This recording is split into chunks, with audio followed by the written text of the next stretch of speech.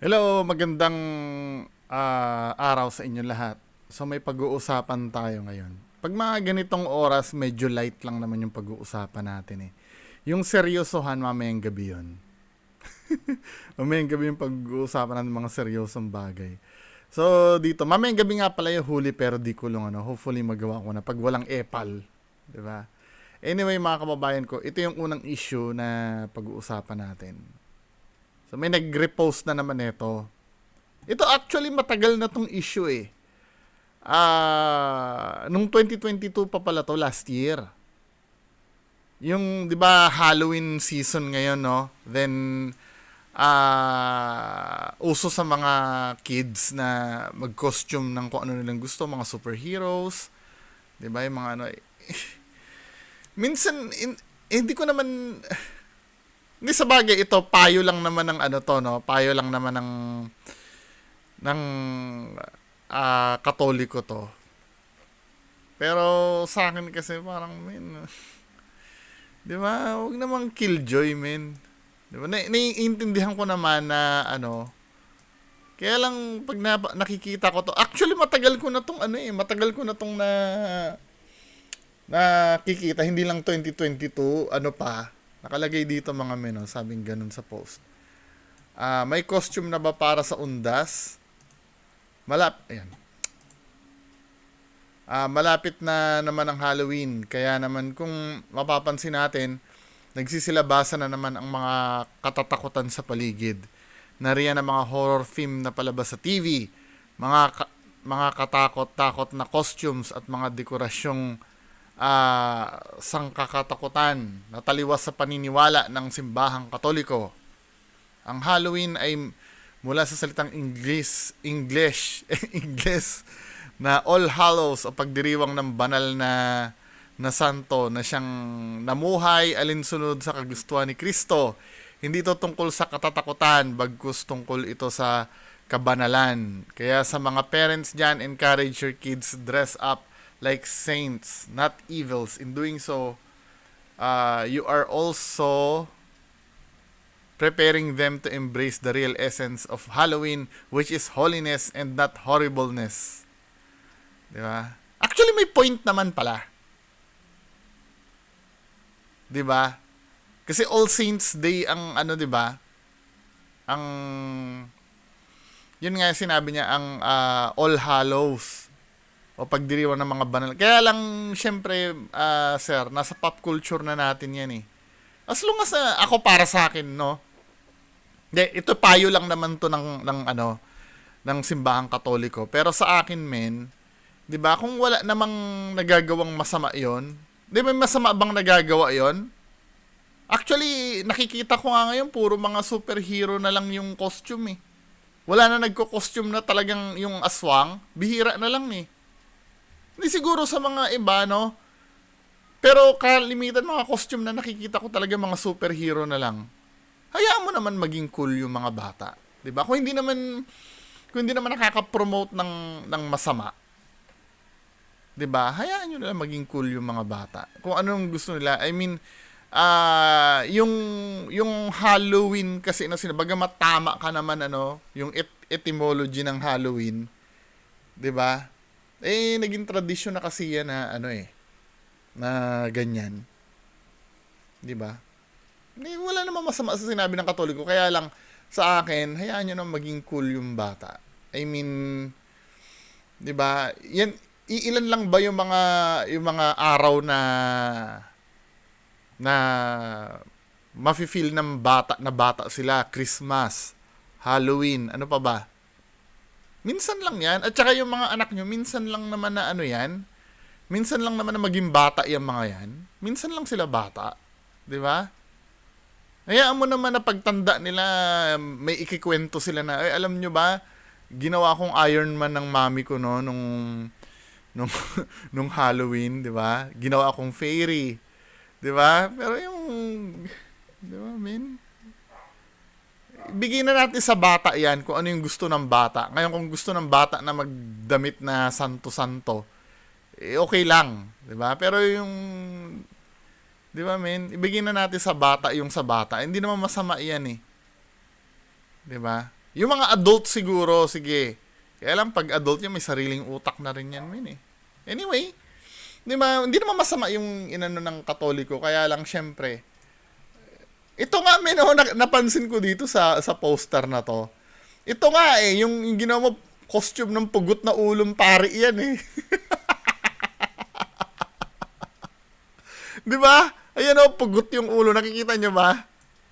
No ko lang napansin. Di ba? Sabi doon sa caption kasi, encourage your kids to dress up like saints, not as demons. Eh bakit ito costume ng pugot na na pari yung ginawa mong ano dyan? Costume ng pugot na pari, oh.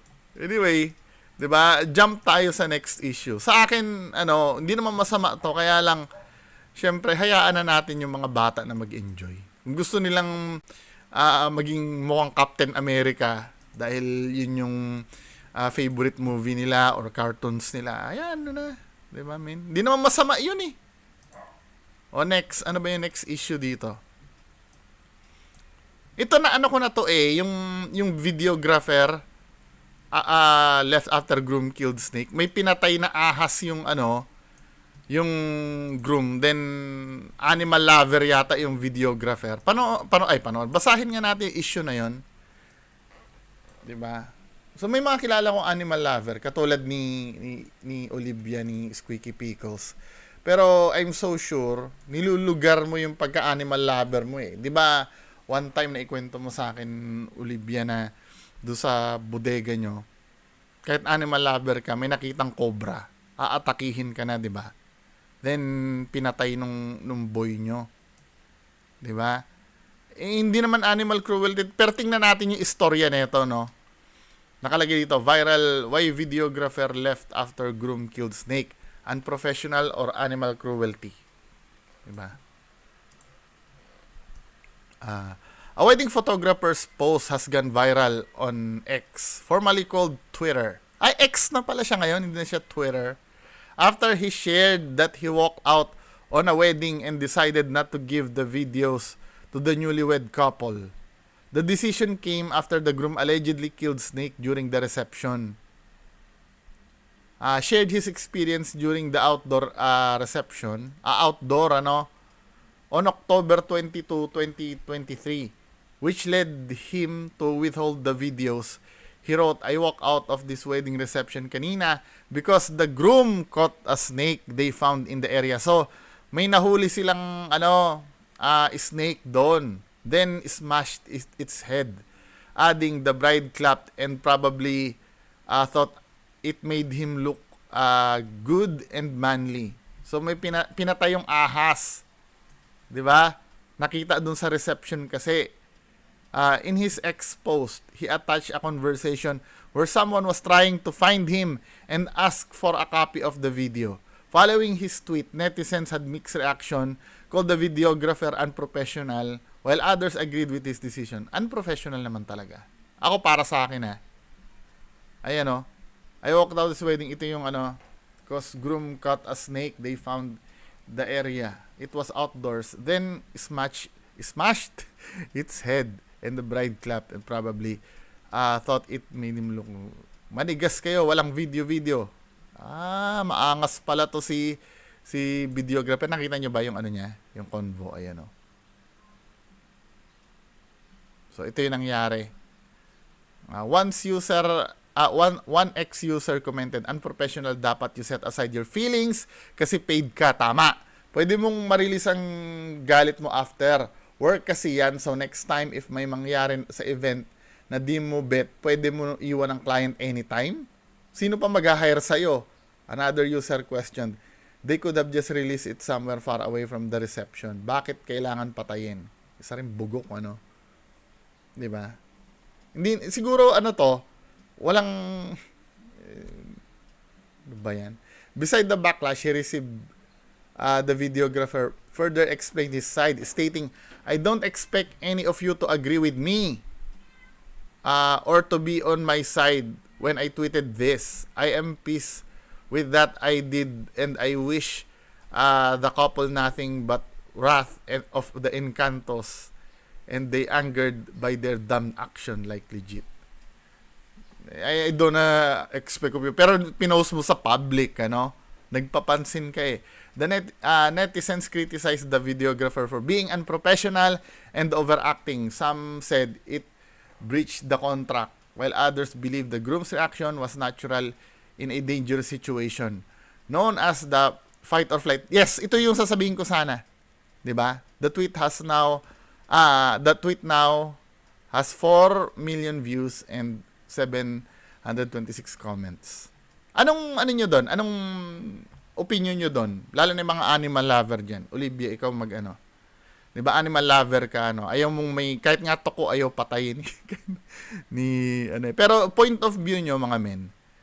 Diba, tama ba itong ginawa ni photographer? Kasi ito yung situation, ito yung pagkakaintindi ko, no?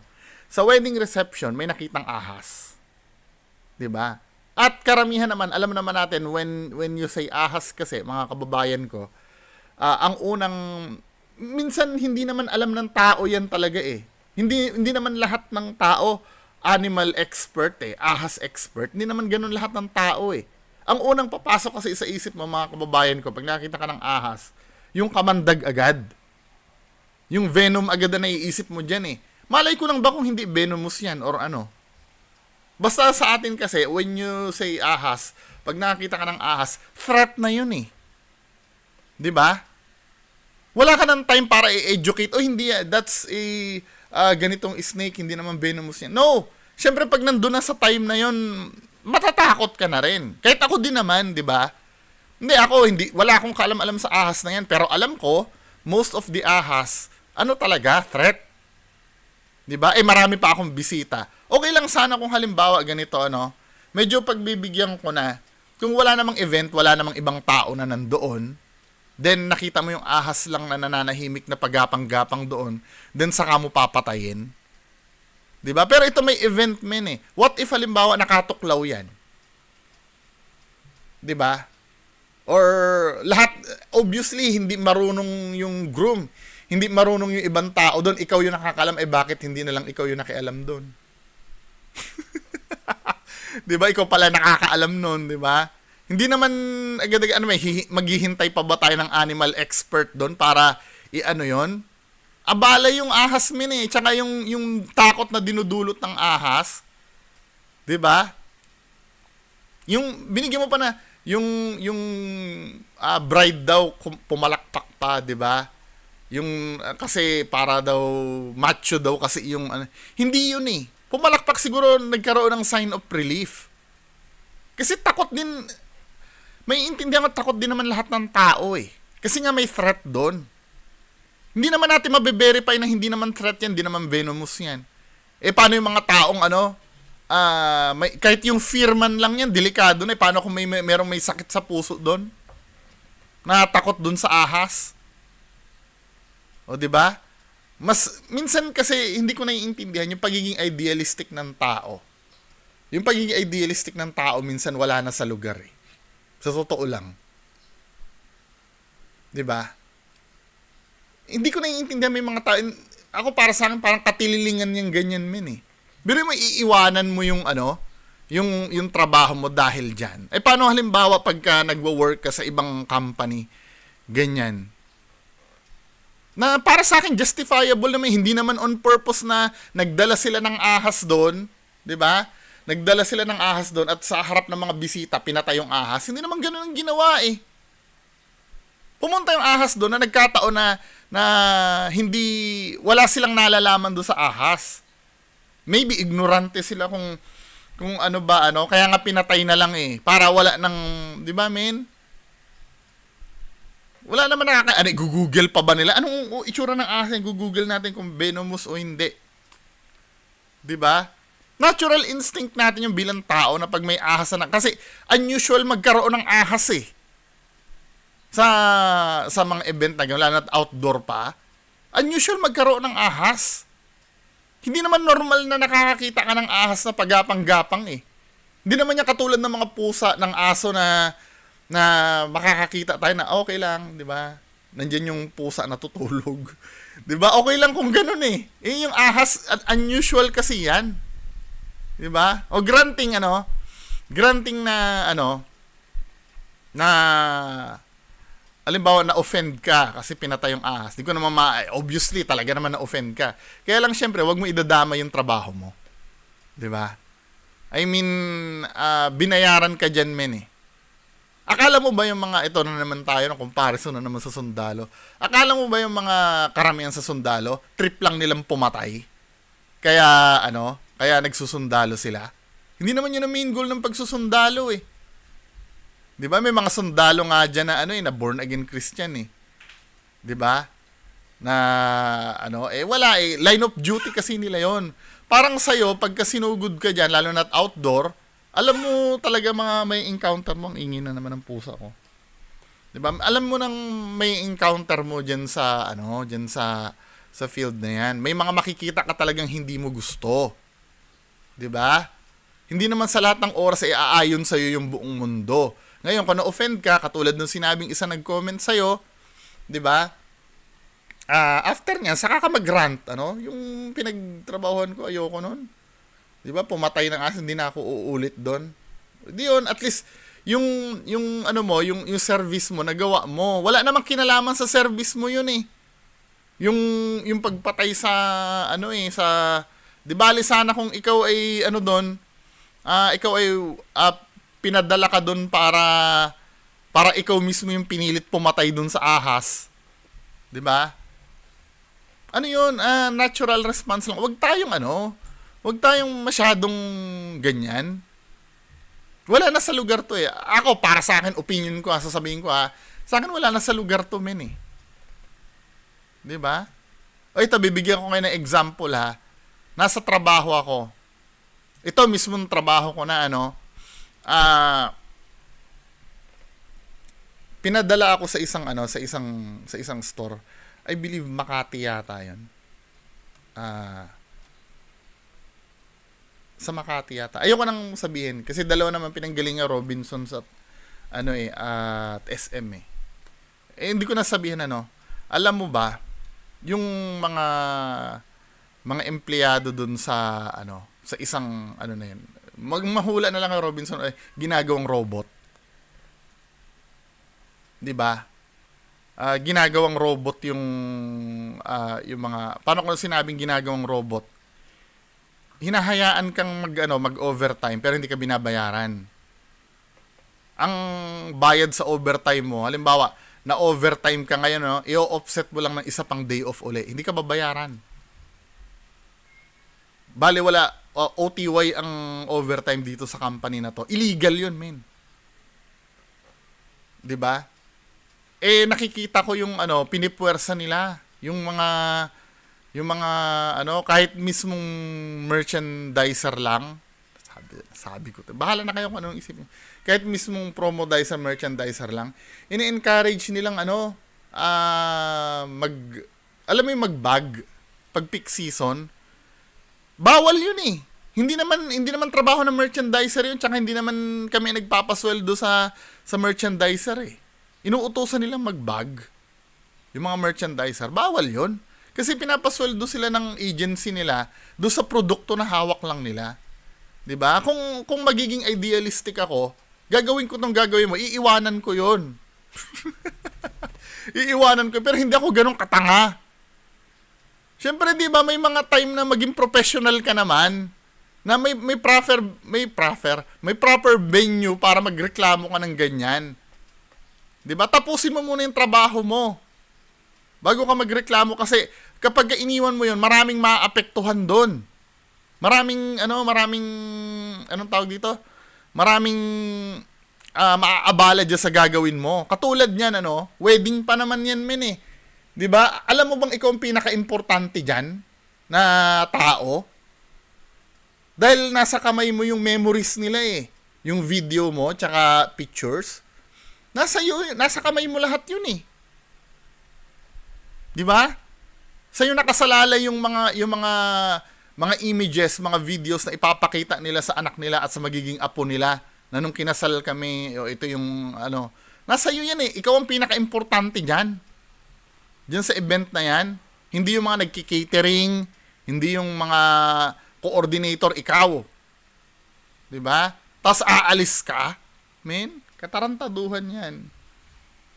'Di ba? Pwede kaya yata i-demanda diyan pagka ganyan eh. May pinirmahan ba kayong kontrata? I-set aside niyo yung ano nyo, yung ano, ewan ko, ba't ganyan, may mga ganyan tao. Siguro, kilala to si kuya sa larangan ng ganyan, kaya dapat siya yung pinakikisamahan, hindi yung kliyente yung pakikisamahan niya. Ano? Siguro marami siyang kliyente.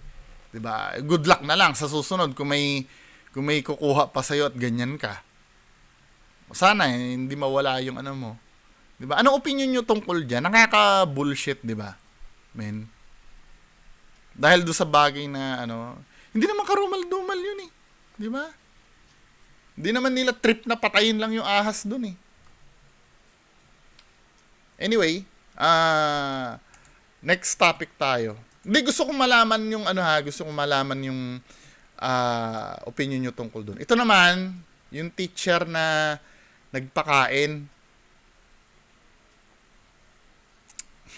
Ito na, ano din ako dito eh. Nabubwisit din ako dito eh.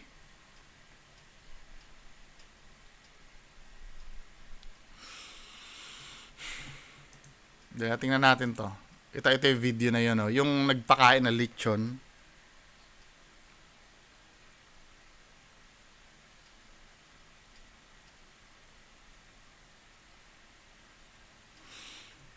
Play na natin to. Morning! Pagkutang ka din. Kumusta mo ka daan?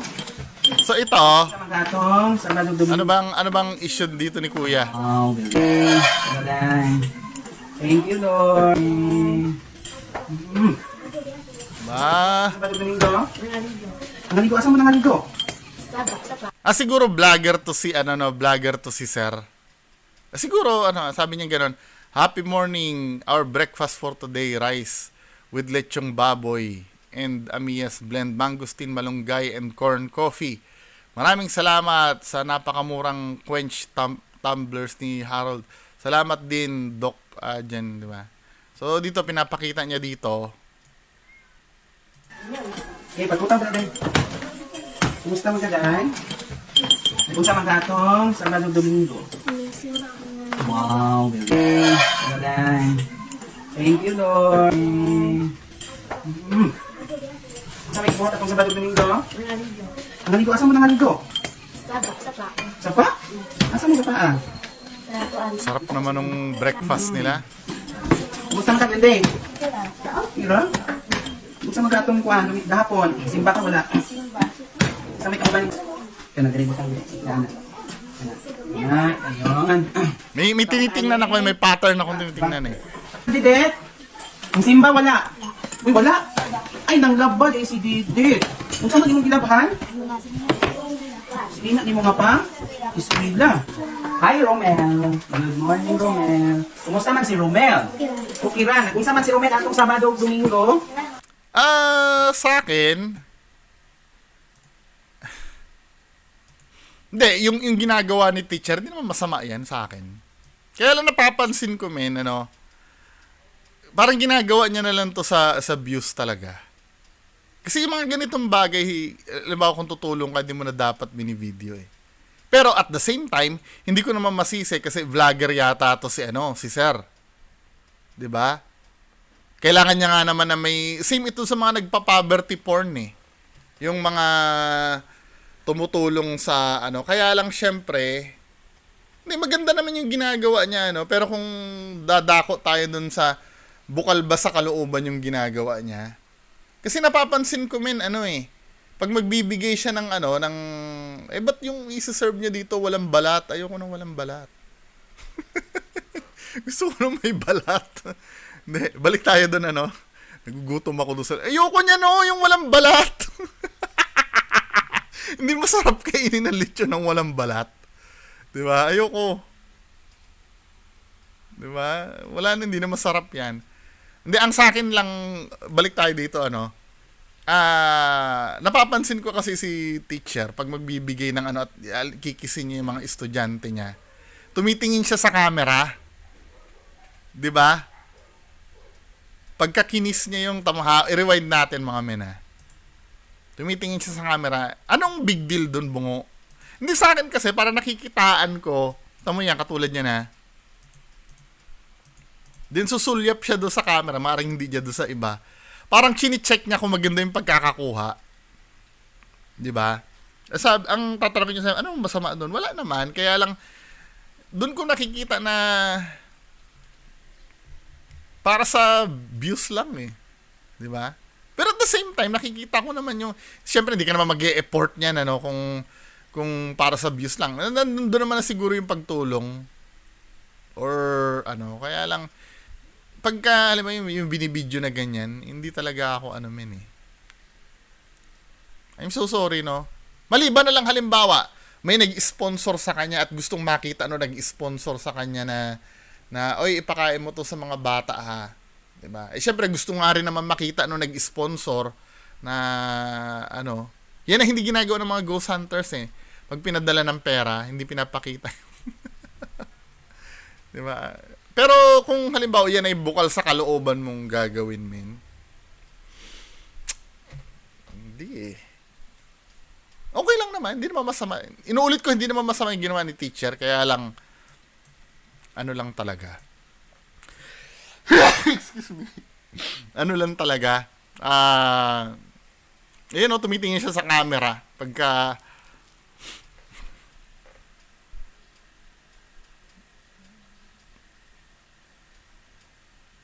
ano mo yung comment? Tingnan nga natin yung comments.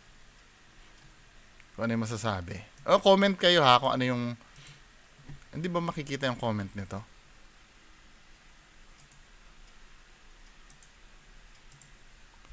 Hindi makita eh kung ano yung comment eh. Ano ba yung... Anyway. Next issue tayo. Anong masasabi? Wala naman ako masabi dito. Kaya lang... ine-exploit yung bata na... Hindi, maliban, magdedepende na lang yan. Ayan, tumitingin siya pagka inaano niya. Magdedepende na lang siguro yan kung halimbawa, kung, ano ba, tingnan natin yung channel niya, Tingnan, ano ba yung mga laman nito yung channel na to.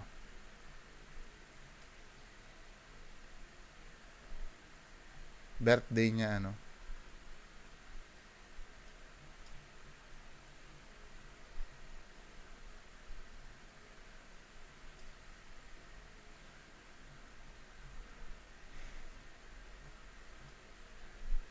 may binibenta si kuya. Parang ito yung kinakatakot ko dito. Tama naman itong ginagawa niya. Halimbawa, magbebenta siya para sa proceeds.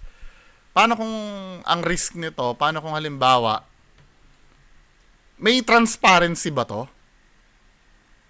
Itong gagawin mo na to? Kasi yung ginagawa ko, halimbawa, may tutulungan katulad yung may autism na, na anak na tinulungan ko nun before. Ang binibigay kong account number, halimbawa, bibili ng t-shirt sa akin, ang binibigay kong account number na padadalhan nila yung mismong tutulungan eh. Doon na didiretso yung pera eh. Hindi na sa akin eh. Di ba?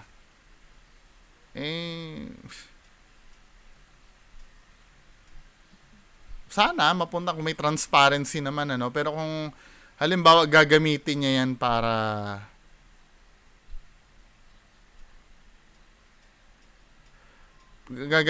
para magkaroon ng clout tsaka ganda mo sa yung mga estudyante niya. Tingnan natin as long as na walang kontrobersiya na diyan na pucha, gusto kong maging estudyante nito. So, sarap ng pagkain eh. Pagkain yung teacher mo. Di ba? May inggit pati yung mga estudyante ng ibang may inggit din. Siyempre hindi mo naman mapapakain lahat ng bata diyan sa school na yan, di ba? Ang mabibigyan mo lang ng focus diyan yung mismong estudyante mo lang. Di ba? Ano kaya kung gano'n, Sarap maging teacher. Paano yung feelings ng ibang estudyante? Siguro pag tuwing enrollment nag-aagawan na dapat advisor nila yan, yan si sir. Yan dapat yung section na nila. Or halimbawa geography teacher siya, siguro, 'di ba lumilipat-lipat ng room yan sa ibang subject, no? Anyway, Hindi naman masama yung ginawa ni Kuya, kaya lang, syempre, may risk doon na baka mamaya gamitin niya lang para kumita, no? Pero, tingnan natin. Ayoko naman agad husgahan, men, eh. Oh, next issue. Ito na naman, men. Ano ba to? Hindi na to natapos. May na-deads na naman na, na hinasing. Panoorin nga natin to.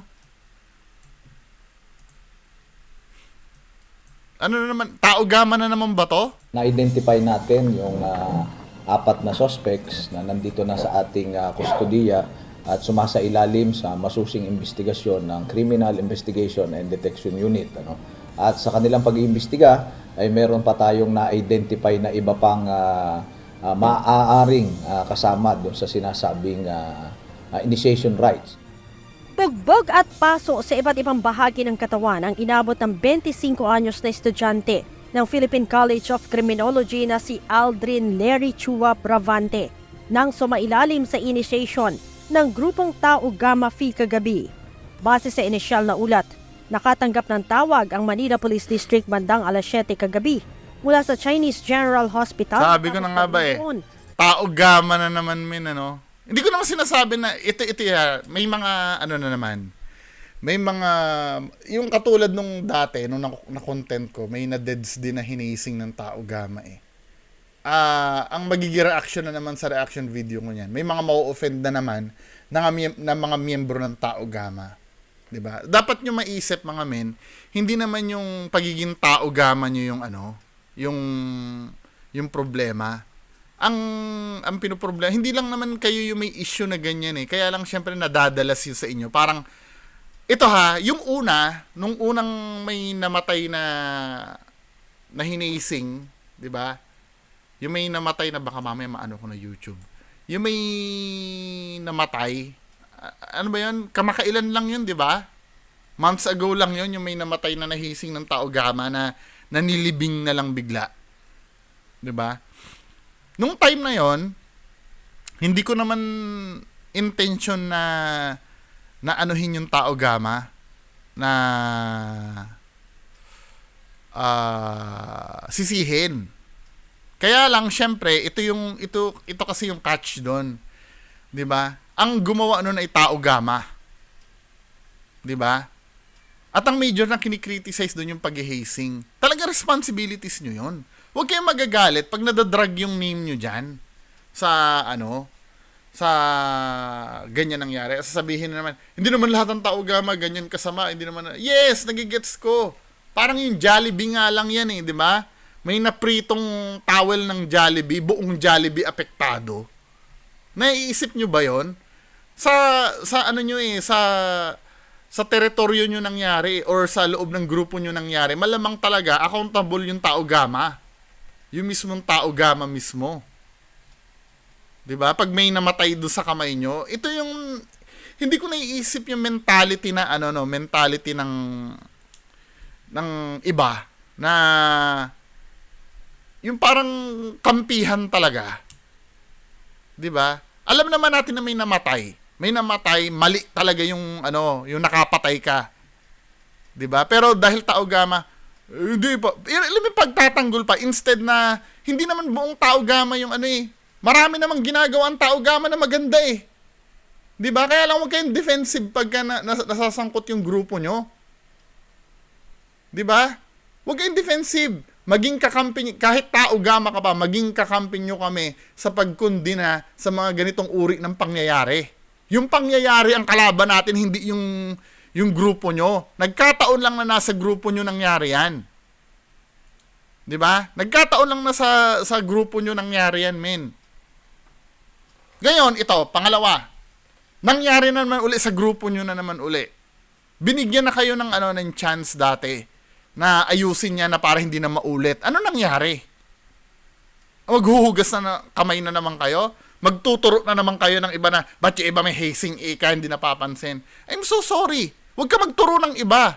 Sa inyo na naman yung na-booking eh. Pero I believe, marami pang ibang fraternity dyan na gumagawa ng ganyan. Pero, nangyari na naman uli sa inyo eh. Huwag tayo magturo ng iba. Minsan, alam nyo, yung na content ko, may bobo nag-comment sa akin, men eh. Na, nagpasa pa ng video, bobo talaga yon. Oy, bakit ito tong hazing na to, hindi mo pinapansin. Huwag ka magturo ng iba. Ang pinag-uusapan natin yung ginawa ng Taogama. 'Di ba? Mali din 'yan yung tinuro mo. Pero ang issue yung Taogama nga eh. Ano ba? Huwag ka magturo ng iba. Minsan ang problema sa ating mga kapwa Pilipino, 'di ba? Gustong itratong normal porkit nagagawa ng iba. 'Di ba? Porkit iba din naman gumaganon eh. 'Di ba? Normal na problema kayo nga ang nasa spotlight eh. Syempre kayo yung papansinin. At instead na maging defensive kayo sa mga kamiyembro nyo, tulungan nyo kami makisimpatya sa sa mga nabiktima. Ikundinan nyo rin ang ginawa ng kasamahan nyo. 'Di ba? Talagang nakaranas talaga ako ng ultimong mismong mga kaibigan ko pa. 'Di ba? Tinira ko dahil Taogama do. 'Di ba? Pinapaalis pa yung logo nung Taogama do sa thumbnail ko. Ba't ko aalisin 'yun? 'Di ba? For the sake of friendship, inalis ko na rin nga. Pero bakit ko naman aalisin 'yun? Talaga namang sa grupo nyo nangyari 'yon. 'Di ba? Ito yung hindi ko naiintindihan eh. Pag nakagawa, halimbawa pag may miyembro ng Taogama na unang nakarating sa buwan, naging astronaut, proud na proud yung mga yan. Kahit nakita pa nila yung logo nila doon. Pero tandaan nyo, pag may Taogama nagkaroon ng kanya-kanya ng yan. Anong klaseng kapatiran yan? Kanya-kanya yun ng takwil. Hindi naman ng Taogama yan. Walang otorisadong ng Taogama yan. Kinaladkad yung name nyo. Di samahan nyo kaming instead na kami ang awayin nyo, yung mga nagre-react. Diba? Samahan nyo kaming kundinahin yung ginawa. Yung ginawa, hindi yung grupo nyo. Leche. Ang hirap nyong i-explain. 'Di ba? Aawayin ako kasi may mga explanation na hindi naman otorisado ng Taogama 'yon. Wala namang hindi nga 'yun eh. Wala naman tayong pakialam doon eh. Ang problema kasi nagamit nga yung name ng Taogama, 'di ba? At sa kamay ng miyembro ng Taogama namatay. Nagigets nyo ba? O hindi? Ang kinukondina dito, yung nangyari ito. Dahil hindi maganda itong nangyari na to eh. Huwag kayo magturo ng ibang grupo na gumagawa din yan. Ito yung pag-usapan natin. Diba? Tulungan nyo kami. Tulungan nyo kami mga miyembro ng Taogama. Instead na magalit kayo sa akin, tulungan nyo kami na ikundina yung ginawa sa dito sa neophyte na to. Tulungan nyo kami. Kasi ang nangyayari, inaaway nyo yung nakikisimpatya dito eh. Ang isang lalaki na walang malay at may mga sugat sa katawan. Ngunit, idineklara na itong dead on arrival ng mga doktor. Naabutan ng mga pulis sa ospital ang dalawa sa mga frat men na nagdala sa biktima at kaya agad na isinama sa police station. O, paano yan? Paano yan, men? Sira na ang buhay nitong dalawang to. Di ba? Ano ngayon ang gagawing tulong ng ng Taogama diyan sa dalawa na yan na nasira ang buhay diyan sa Siyempre, brad nyo rin yan, 'di ba? Wala kayong iwanan yan, men. Oh. Anong gagawin ngayon ng Taogama diyan sa nakapatay na yan? Ano yung uunahin yung tulungan? Yung napatay o ito? 'Di ba? Kung gagamitin kayo logic ng samahan, hindi nyo tutulungan yung biktima, tutulungan nyo itong mga brad nyo nakapatay, syempre. Hindi nyo pwedeng pabayaan yan, 'di ba? Kung hindi kaya ng lawyer niyan, syempre tutulungan nyo yan. Yun ang mechanism ng kapatiran eh. Ngayon, choose. 'Di ba? Hindi nyo pwede itakwil yan dahil syempre otorisado yan ng ng opisyalis nyo para isagawa yon. Maliban na lang kung itatanggi. 'Di ba? Anong gagawin natin diyan? Kaninang madaling araw naman, kusang sumuko sa tanggapan ng Criminal Investigation and Detection Group Quezon City Field Unit ang dalawa pang suspect.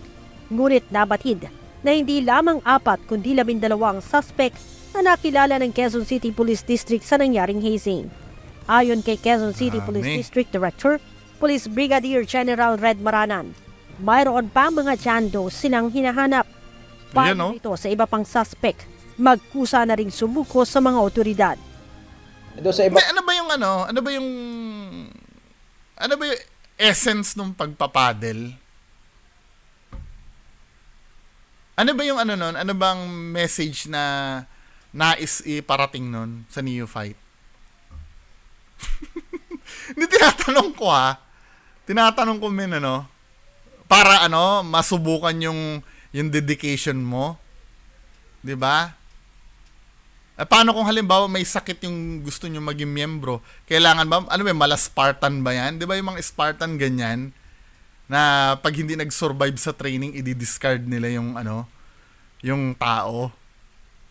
Di ba? Para ba mga matatag kayo lahat? So, bawal pala ang weak dyan sa grupo nyo? Di ba, men? Paano kung strong yan, pero naman, tarantado naman? Kaya niyang i-tolerate lahat ng pain pero tarantado naman, tanggap. Yung mga weakling na mga matatalino, 'di ba? Hindi tatanggapin 'yon. Kasi parang sukatan lang naman ng physical Physical na endurance Yung pag ganyan Wala ako nakikitang sense na para malaman kung talagang willing kang i-sacrifice ang buhay mo sa sa kabrad mo, 'di ba? papasa ngayon wala pa tayong surrender feelers, no?